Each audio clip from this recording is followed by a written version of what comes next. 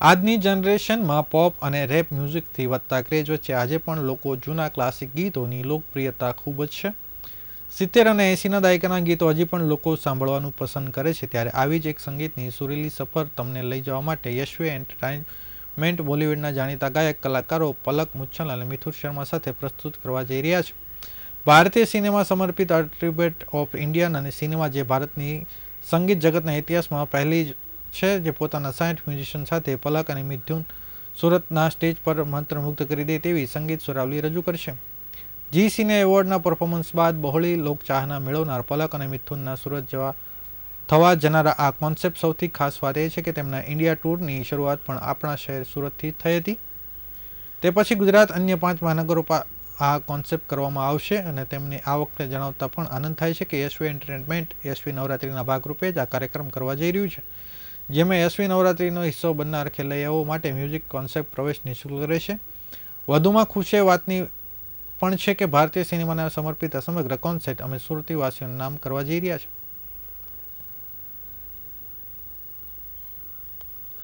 આ કાર્યક્રમ તારીખ 4 ઓગસ્ટથી યશવી એસી ડોમ બાવર Mahavir college ground VIP road Vesu ખાતે કાર્યક્રમનું આયોજન કરવામાં આવ્યું છે. ફક્ત સુરત જ નહીં પણ ગુજરાત અને ભારતના ઇતિહાસમાં ન ભૂતો ન ભવિષ્યથી સમાન બની રહેલા મ્યુઝિક કોન્સેપ્ટ એક સાથે 20,000 સંગીત રસિકો માણી શકે તે પ્રમાણેનું ભવ્યાથી ભવ્ય આયોજન થવા જઈ રહ્યું છે.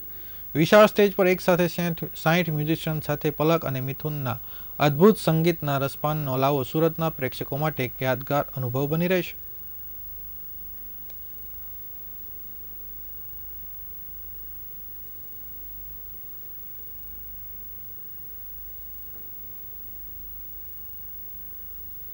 જે કોન્ફરન્સ જે રાખવામાં આવી છે એ 4 ઓક્ટોબરના જે અમારો ઇવેન્ટ થવા જઈ રહ્યું છે, જે કોન્સર્ટ થવા જઈ રહ્યું છે, એક શામ પુલિસ કે નામ, અને એ કોન્સર્ટમાં જે પરફોર્મ કરવાના છે એ વેલ નોન આર્ટિસ્ટ પલક મુચ્છલ અને મિથુન શર્મા છે.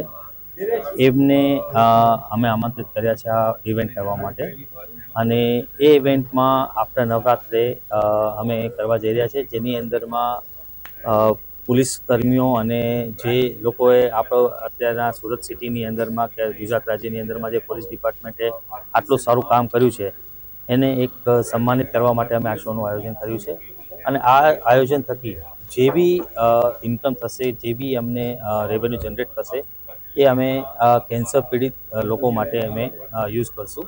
અને એના માટે અમે અત્યારના ઓલરેડી નવરાત્રિમાં બી અમે આ વસ્તુ અમે રિવીલ કરી છે કે જે બી અત્યારના અમારું રેવન્યુ જનરેટ થશે એ પર્ટિક્યુલર સોશિયલ વર્ક માટે યુઝ થશે. Thank you.